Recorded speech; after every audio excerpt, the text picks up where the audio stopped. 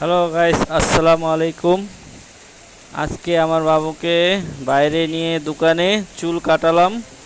আজকে আমার বাবু কান্নাকাটি করে নাই, এমনি সবসময় কান্নাকাটি করে।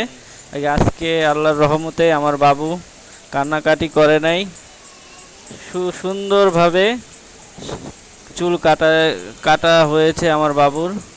আপনারা আমার বাবুর জন্য দোয়া করবেন যেন আমার বাবু ভালো থাকে সব সময়।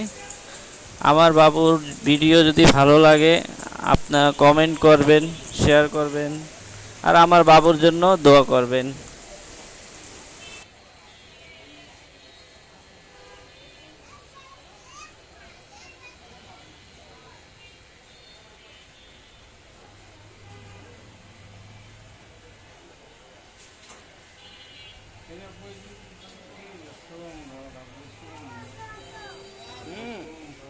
তুমি কাটাও, আমি